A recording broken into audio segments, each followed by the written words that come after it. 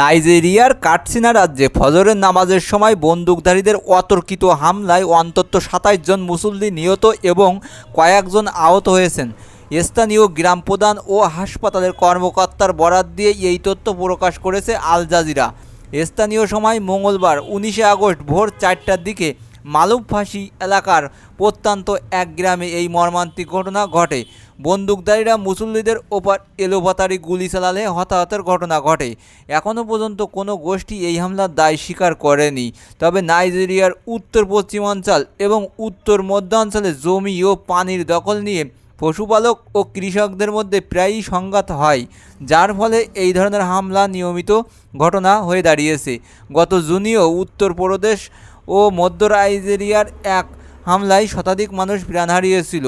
আর বন্ধুরা, এই সব আজগবি খবর পেতে আমার চ্যানেলটা সাবস্ক্রাইব করতে পারো, আর ভালো লাগলে একটা শেয়ার করো। ভালো থাকো।